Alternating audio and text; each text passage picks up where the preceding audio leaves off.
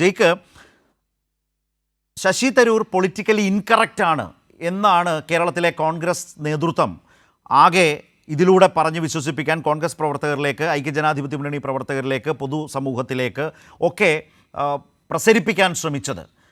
പക്ഷേ അത് മുന്നോട്ട് പോയി. അതിന് കാതലായൊരു വിഷയമുണ്ട്. കേരളത്തിൻ്റെ മികവ്, മുന്നേറ്റം, അതിന് അടിസ്ഥാനമായിട്ടുള്ള കൃത്യമായ റിപ്പോർട്ടുകൾ, രേഖകൾ, കേരളത്തിന് കിട്ടിയിട്ടുള്ള അംഗീകാരം ഇതെല്ലാം തന്നെ കളവാണ് എന്നൊരു വലിയ പൊസിഷൻ എടുത്തുകൊണ്ടാണ് ശശി തരൂർ പൊളിറ്റിക്കലി ഇൻകറക്റ്റാണ് എന്ന് പറയാൻ വി.ഡി. സതീശൻ്റെ നേതൃത്വത്തിൽ ഒരു വലിയ പരിശ്രമം നടന്നത്. അതിപ്പോൾ എവിടെ എത്തി നിൽക്കുന്നു ജയ്ക്കിൻ്റെ കാഴ്ചയിൽ?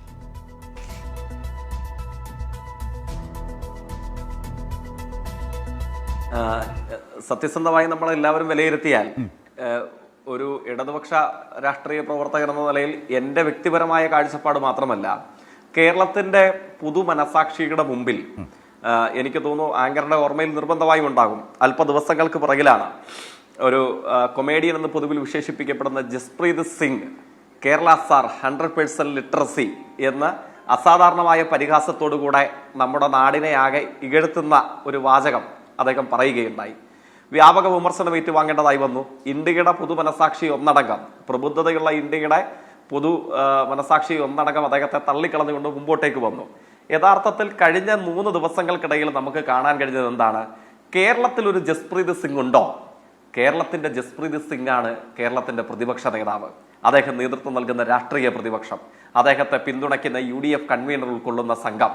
പക്ഷേ ഇന്ത്യയിലും കേരളത്തിലും ജസ്പ്രീത് സിംഗുമാർക്ക് ഇടമില്ല എന്ന് ബോധ്യമാകുന്നതാണ് രാവിലെയും ഉച്ചയ്ക്കും വൈകുന്നേരവും മാധ്യമങ്ങളിലൂടെ പ്രഭാത ഭക്ഷണം ആരംഭിച്ച്, മാധ്യമങ്ങളിലൂടെ ഉച്ചഭക്ഷണം കഴിച്ച്, മാധ്യമങ്ങളിലൂടെ രാത്രി ഭക്ഷണവും കഴിച്ച് കിടന്നുറങ്ങുന്ന കേരളത്തിന്റെ പ്രതിപക്ഷ നേതാവ് കഴിഞ്ഞ 2 ദിവസങ്ങളായി ആ സാന്ദ്രതയിലേ നമ്മുടെ പബ്ലിക് ഡൊമൈന് മുമ്പിലില്ല. കേരളത്തിന്റെ ജസ്പ്രീത് സിംഗ് ആകാൻ മത്സരിച്ച കേരളത്തിന്റെ പ്രതിപക്ഷ നേതാവിന് ഒളിച്ചോടേണ്ടതായി വന്നു, നാണം കെട്ട് ഒളിച്ചോടേണ്ടതായി വന്നു. കേരളത്തിലെ ഇടതുപക്ഷ രാഷ്ട്രീയത്തോടുള്ള വിമുഖത കേരളത്തോടുള്ള വിമുഖതയായി, ലോകമെമ്പാടുമുള്ള മലയാളികളോടുള്ള ശത്രുതയായി വളർന്നു എന്നുള്ളതാണ് കഴിഞ്ഞ ദിവസങ്ങൾക്കിടയിൽ കണ്ടത്. അതുകൊണ്ടാണ് മലയാളിയുടെ സംഘടിതമായ ബോധ്യത്തിന് മുമ്പിൽ കേരളത്തിലെ കോൺഗ്രസിന്റെ പ്രതിപക്ഷ നേതാവിനും അദ്ദേഹത്തെ പിന്തുണയ്ക്കുന്ന നരാധവ സംഘത്തിനും ഒളിച്ചോടി പോകേണ്ടതായി വന്നത്. അതുകൊണ്ടാണ് ഇത് ആദരണീയനായ വ്യവസായ മന്ത്രിയും കേരളത്തിലെ ഇടതുപക്ഷ ജനാധിപത്യ മുന്നണിയും ഒക്കെ ആവർത്തിച്ച് പറയുന്നുണ്ട്. ഇത് ഏതെങ്കിലും ഒരു പ്രത്യേക സർക്കാരിന്റെ കാലയളവിൽ ഏതെങ്കിലും ഒരു പ്രത്യേക മന്ത്രിയുടെ മാത്രം ശ്രമഫലമായി ഉണ്ടായ നേട്ടമായി നമ്മൾ കരുതുന്നുണ്ടോ? അങ്ങനെ കരുതുന്നതേയില്ല. വിവിധ കാലയളവിൽ വന്ന സർക്കാരുകൾക്ക് അവരവരുടേതായ പങ്ക് നിർവഹിക്കാൻ കഴിഞ്ഞിട്ടുണ്ട്. പക്ഷെ 2016 അനന്തരമുള്ള കേരളത്തിലെ ഗവൺമെന്റുകൾക്കോ ആ വളർച്ചയെ, സാധാരണഗതിയിൽ ഉണ്ടായിരുന്ന ആ വളർച്ചയെ അത്യസാധാരണമെന്ന് വിശേഷിപ്പിക്കാൻ കഴിയുന്ന, അല്ലെങ്കിൽ അഭൂതപൂർവം എന്ന് വിശേഷിപ്പിക്കാൻ കഴിയുന്ന വേഗതയിലേക്ക് കൈപിടിച്ചാനയിക്കാനായി ഇപ്പോ 28ാം സ്ഥാനത്തുണ്ടായിരുന്ന കേരളം 1ാം സ്ഥാനത്തേക്ക് വന്നു എന്ന് പറയുമ്പോൾ ഇന്ന് എനിക്ക് തോന്നുന്നു ഇന്നും ഇന്നലെയുമായി മലയാളിയുടെ പബ്ലിക് ഡൊമൈനിൽ ഏറ്റവും കൂടുതൽ പ്രചുര പ്രചാരം ലഭിക്കുന്ന വീഡിയോ, ദൃശ്യം എന്ന് പറയുന്നത് മലയാളത്തിന്റെ അഭിമാന സ്തംഭങ്ങളായ മമ്മൂട്ടിയുടെയും മോഹൻലാലിന്റെയുമാണ്. അവർ രണ്ടുപേരും പറയുന്നു, ഏതെങ്കിലും പ്രഖ്യാപിത രാഷ്ട്രീയധാരയുടെ ആഭിമുഖ്യമില്ലാതെ ഇവർ രണ്ടുപേരും പറയുന്നു, മലയാളി എന്ന നിലയിൽ ഇന്ത്യയുടെ വ്യാവസായിക സൗഹാർദ്ദ അന്തരീക്ഷത്തിൽ 1ാം സ്ഥാനം കൈവരിച്ച നമ്മുടെ കേരളത്തിന്റെ നേട്ടത്തിൽ മറ്റേതു മലയാളിയെക്കാളും കരുത്തോടുകൂടെ ഞങ്ങൾ അഭിമാനിക്കുന്നു എന്ന് പറയുന്നു. ഇത് കേൾക്കുമ്പോൾ കോൺഗ്രസ് എന്നോ ഇടതുപക്ഷമെന്നോ വ്യത്യാസമില്ലാതെ ലോകമെമ്പാടുമുള്ള മലയാളികൾക്ക് ഒരു അഭിമാനബോധം ഉണ്ടാകുമല്ലോ. നമ്മുടെ നാട് പ്രത്യേകിച്ച് അപൂർവമായി ഏറ്റവും പിന്നിലായിരുന്ന ഒരേ ഒരു മേഖലയെ എല്ലാ പരിമിതികളെയും ചെറുത്തു തോൽപ്പിച്ചുകൊണ്ട് ഇന്ത്യയുടെ മട്ടുപ്പാവിൽ വീണ്ടും 1ാം സ്ഥാനത്ത് കേരളം ചിരപ്രതിഷ്ഠ നേടുന്നു എന്നുള്ളത് അത്യസാധാരണമായ ആഹ്ലാദത്തോടുകൂടെ നമ്മളെല്ലാവരും സ്വീകരിക്കേണ്ടതാണ്. അവിടെയാണ് ലോകമെമ്പാടുമുള്ള മലയാളി മനസാക്ഷിയെ, ഞാൻ മനസ്സിലാക്കുന്നു അന്തസ്സുള്ള കോൺഗ്രസ് പ്രവർത്തകരുടെ പോലും മനസാക്ഷിയെ ഞെട്ടിപ്പിച്ചുകൊണ്ട് കേരളം വ്യവസായ സൗഹൃദമാണോ? എനിക്ക് അങ്ങനെ തോന്നിയിട്ടില്ല. കേരളത്തിൽ വ്യവസായങ്ങൾക്ക് നിക്ഷേപം നൽകാനോ വളരുവാനോ കഴിയുന്ന സാഹചര്യമുണ്ടോ? എനിക്കങ്ങനെ തോന്നിയിട്ടില്ല. പറയുന്നത് ആരാണ്? പറയുന്നത് ജോർജ് കുര്യനോ തൃശ്ശൂർ MP അല്ല. അങ്ങനെയാണെങ്കിൽ നമുക്ക് അങ്ങനെയെങ്കിലും ആശ്വസിക്കാമായിരുന്നു. പറയുന്നത് കേരളത്തിലെ കോൺഗ്രസിന്റെ നേതാവാണ്. നിർഭാഗ്യവശാൽ നമ്മുടെ പ്രതിപക്ഷ നേതാവാണ്. ഇന്നേ വരെയുള്ള പ്രതിപക്ഷ നേതാക്കന്മാരുടെ ചരിത്രത്തിൽ ഇത്തരം ഒരു പ്രതികരണം നടത്തിയ ആരെയെങ്കിലും ഇദ്ദേഹമല്ലാതെ മറ്റൊരാളെ നമുക്ക് ചൂണ്ടിക്കാണിക്കാൻ കഴിയുമോ? എത്രയോ രൂക്ഷമായ വാദപ്രതിവാദങ്ങൾക്ക്, രാഷ്ട്രീയമായ തർക്കവിതർക്കങ്ങൾക്ക്, പോർമുഖങ്ങൾക്ക് ഒക്കെ കേരളത്തിന്റെ രാഷ്ട്രീയ ചരിത്രം സാക്ഷ്യം വഹിച്ചിട്ടുണ്ട്. പക്ഷെ കേരളം കൊള്ളില്ല.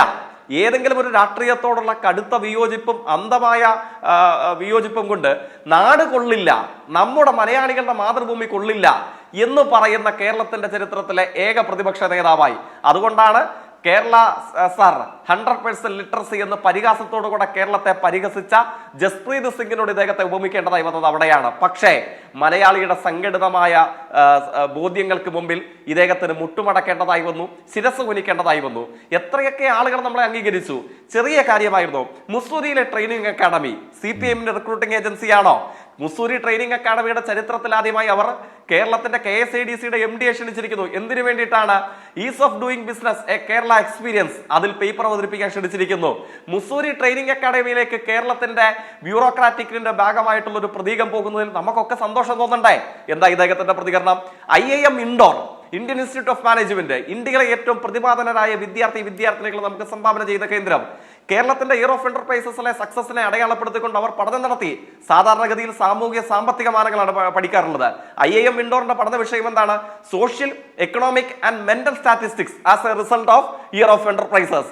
കേരളത്തിന്റെ സൗഹാർദ്ദ അന്തരീക്ഷം വളർന്നു വന്നതിനെ തുടർന്ന് 30% സ്ത്രീകൾ സംരംഭകരായി മാറിയ, നിരവധി ട്രാൻസ്ജെൻഡറുകൾ സംരംഭകരായി മാറിയ, ആയിരക്കണക്കിന് ചെറുപ്പക്കാർ സംരംഭകരായി മാറിയ കേരളത്തിൽ ഇതുവരെ 7,32,482 തൊഴിലവസരം സൃഷ്ടിച്ച, 22,150 കോടിയുടെ നിക്ഷേപം ഉറപ്പാക്കിയ, 3,45,335 സംരംഭങ്ങളെ സാധിച്ചെടുത്ത ഈ അത്ഭുതത്തെ കുറിച്ച് IIM ഇൻഡോർ പഠിച്ചു. അവർ റിപ്പോർട്ട് സമർപ്പിച്ചു. നമുക്ക് അഭിമാനം തോന്നേണ്ടതല്ലേ? IIM ഇൻഡോർ ഏതെങ്കിലും ഒരു രാഷ്ട്രീയ പ്രസ്ഥാനത്തിന്റെ കുടിൽ കേന്ദ്രമാണോ? അതോടൊപ്പം നമ്മൾ ഏറ്റവും ഒടുവിൽ കാണുന്നത് എന്താണ്? അമേരിക്കൻ സൊസൈറ്റി എന്തായാലും CPM-ന്റെ ഇടതുപക്ഷത്തിന്റെ പിന്തുണയുള്ളതായിട്ട് യുക്തിസഹമായി ചിന്തിക്കുന്ന ആരും പറയില്ല. പ്രതിപക്ഷ നേതാവിന്റെ കാര്യം എനിക്കറിയില്ല, അദ്ദേഹം വിശദീകരിക്കേണ്ടതുണ്ട്. തിരുവനന്തപുരം MPയുടെ വാക്ക് ഞാൻ കടമെടുക്കുന്നില്ല. ഈ ഭാഷ അറിയാവുന്നവർ പറയട്ടെ, അത് ഞാൻ പറയുന്നില്ല. പക്ഷെ എന്താണ്? അമേരിക്കൻ സൊസൈറ്റിയുടെ 82 വർഷത്തിന്റെ ചരിത്രത്തിൽ ആദ്യമായി ഒരു ഇന്ത്യൻ സ്റ്റേറ്റ്, ആ ഇന്ത്യൻ സ്റ്റേറ്റിന്റെ ഭാഗമായ കേരളത്തെ ആദ്യമായി അങ്ങോട്ടേക്ക് ക്ഷണിക്കുകയാണ്. എന്തിനു വേണ്ടിയിട്ടാണ്? ഈ മേഖലയിൽ കേരളം കൈവരിച്ച അഭൂതപൂർണമായ മുന്നേറ്റത്തെ സംബന്ധിച്ച് പേപ്പർ പ്രസന്റേഷന് കേരളത്തിന്റെ വ്യവസായ മന്ത്രി അടുത്ത മാസം അമേരിക്കൻ സൊസൈറ്റിയുടെ പരിപാടിയിൽ പങ്കെടുക്കാൻ പോവുകയാണ്.